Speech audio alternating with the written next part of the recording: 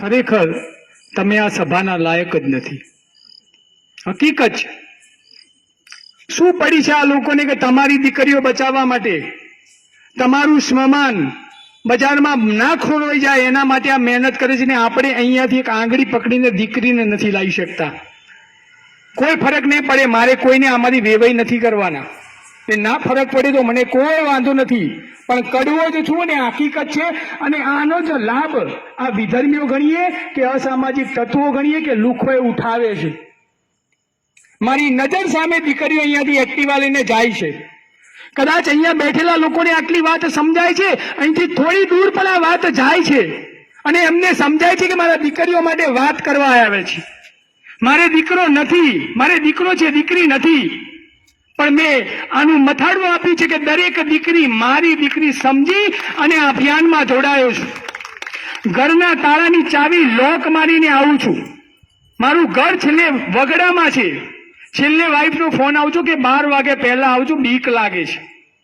પણ હું એમ કહું છું કે મારો સમાજ જે દીકરી ભાગી જાય એના સમાજના ડર છે ને એ પહેલે મારે દૂર કરવા માટે મારે રાત્રે 1 વાગશે પણ વાગશે તો તું સૂઈ જજે. હું કોના માટે આવું છું?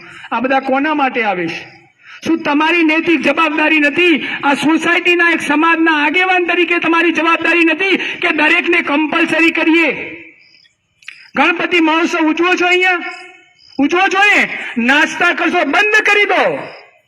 જો ખરેખર તમારી સમાજને સુધારવા હોય ને તો બંધ કરી દો. આ તમને એવું છે કે 1 કરોડના 1.5 કરોડના બંગલામાં બેસીએ છીએ, આપણને શું ફરક પડે છે? એ લોકો એવા લોકો શોધે છે કે જે 1.5, 2 કરોડ 5 કરોડના બંગલામાં રહે છે. બાકી બતાવો કે દેલા વસાહતમાં રહેતા અને ઝૂંપડપટ્ટીમાં કામ કરતી દીકરીના કોઈ ભાગી ગયા હોય કે પ્રેમ લગ્ન થયા હોય તો એમના ટાર્ગેટ પણ તમારી જેવી સોસાયટીઓ જ છે. અને એટલા માટે સભા કરીએ છીએ. દુઃખ થાય છે કે સાલું આટલો પરિવાર છોડી, ધંધો છોડી અને આ લોકો મહેનત કરે છે ને આ એક ટ્રસ્ટી નથી લેતા અહીંયા લાવવાની. તમને ના કહી દઉં, કદાચ સમય વધે ને તો એકવાર જજો. મહેસાણામાં 34-35 આ ગેસ્ટ હાઉસ ચાલે છે. એના અહીંયા ગેસ્ટ હાઉસનું બોર્ડ હોય ને ત્યાં 1 કિલોમીટર દૂર ઉભા રહેજો. તમારી દીકરીઓના એક્ટિવાની ડેકીમાં 1 ઝૂંકડી કપડા એક્સ્ટ્રા હોય છે. ના હોય તો કહી દઉં તમને, હું સાક્ષી છું. ઘરેથી કયા કપડા પહેરીને જાય છે, બજારમાં કયા બેનપણીના ઘરે કપડા બદલે છે, આખો દિવસ ફરે છે, ફરીથી બેનપણીના ઘરે જાય છે અને તમે આપેલા કપડા પહેરીને ઘરે આવે છે. આ હકીકત છે આ સમાજની. આ યાદ રાખજો. તમારા સોનાના ઘરેણાઓ એ તમારી તિજોરીમાં પડ્યા છે, તમારા લોકરમાં પડ્યા છે. વિનંતી કરું છું, ગમે તેવી દીકરી હોય એની એલસી, એનું આધાર કાર્ડ અને એનો જન્મનો દાખલો, આ 3 વસ્તુ લોકરમાં મૂકો. બાકી દાગીના સોફા ઉપર મૂકી દો. આ ભાઈઓની તાકાત છે, ફરીથી કમાઈ લેશે. પણ એ દીકરી ભાગી જશે ને તો સમાજની આ 5 કરોડનો બંગલો છે ને એ ઝૂંપડી દેખાશે. અને આવા કેસો જોયેલા છે, કેસો લીધેલા છે. આ બધા જેલમાં ગયા છે, કોના માટે ગયા છે? મારા ઉપર કેસ ચાલે છે, કોના માટે ચાલે છે? મારા માટે. એકય કેસ મારા પરિવાર માટે નથી. સમાજની દીકરી, સમાજને કે અન્યાય થયો હોય ને એના માટે છે. જે પણ અહીંયા આયોજન કરે છે ને, ગણપતિ નવરાત્રીનું આયોજન, 1 દિવસ એનું સેશન રાખો. અહીંયા બધા બેઠેલા છે, અમારી જરૂર નથી. તમારે બોલી શકો છો દીકરીઓ વિશે, નથી બોલી શકતા. કોઈ મા બાપ ખરાબ નથી, કોઈ દીકરી ખરાબ નથી. તમે માનો કે તમે આજે કોઈ સત્સંગની વ્યક્તિ જોડે બેસશો ને તો 1 મહિનો, 2 મહિનો, 3 મહિનો પછી એ સત્સંગમાં જોઈન થઈ જશો. તમે કોઈ ચોર જોડે બેસશો ને તો તમને વિચારો ચોર જેવા આવશે. તમે એક રાજકારણ જોડે બેસશો ને તો તમારા વિચારો રાજકારણ થઈ જશે કે હું પણ નગરપાલિકામાં ચૂંટણી લડું.